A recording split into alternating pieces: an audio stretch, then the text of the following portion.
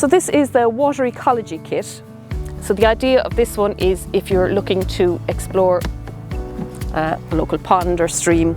So this here is a bathyscope. The idea of the bathyscope is for looking into a stream or river. So if you're looking at into a stream, you usually can't see what's in underneath because there's a glare on the surface. So this gets you down underneath the level, and we'll show that. We have a tray, we can gather some water in that.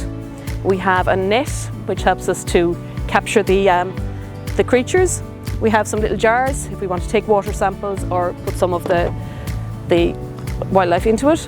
A lot of these creatures are going to be very small, so if you want to get a close-up look, we can pop a little bit of water and some of the creatures into that and have a look.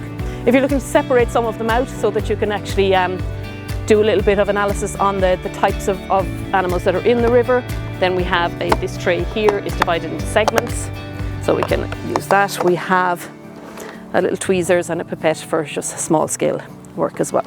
We also have the pH meter. So the pH meter allows us to take the pH of the water.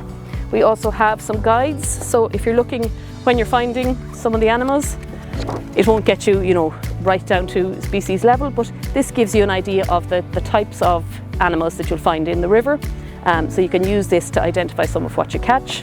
We also have a special guide to woodland or to waterside flowers. So identifying particular plants that grow on the water side. And then if you want to kind of see if you're looking in other areas like bogs and fens and things like this, we have a book here on the Irish wetland types, so to kind of talk about the different wetland types. We have a lot of invasive species, and particularly aquatic invasive species, that can spread from one river or stream to another. So it's very important that anything like the nets or the trays that have been used in the water are washed off afterwards.